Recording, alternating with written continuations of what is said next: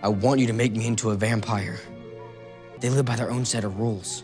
It's true. They do have their own rules. We wrote some of them. Yes, and one of them is children can't become vampires. Is it a big change for you to do these kinds of films? Because it's a big departure from, dramas, then comedies. There's some pretty dramatic scenes in this movie. Yeah.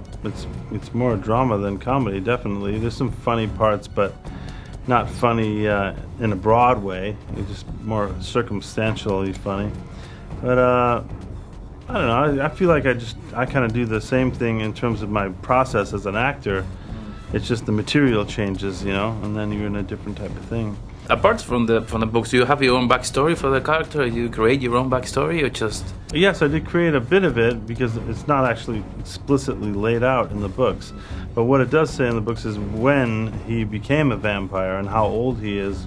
And so, sometime in the early 1800s, I was 20 years old and I became a vampire. So up until that time, I was just a regular person. And what were my experiences and what was it like to be alive in the late 1700s, early 1800s?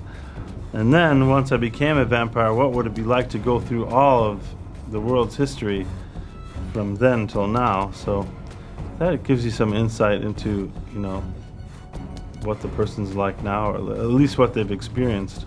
Look, blood. Blood! You see, Gavner?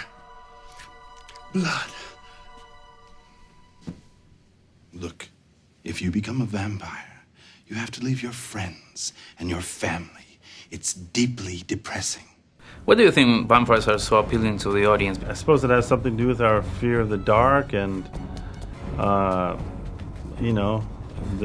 how threatened we are to lose our blood.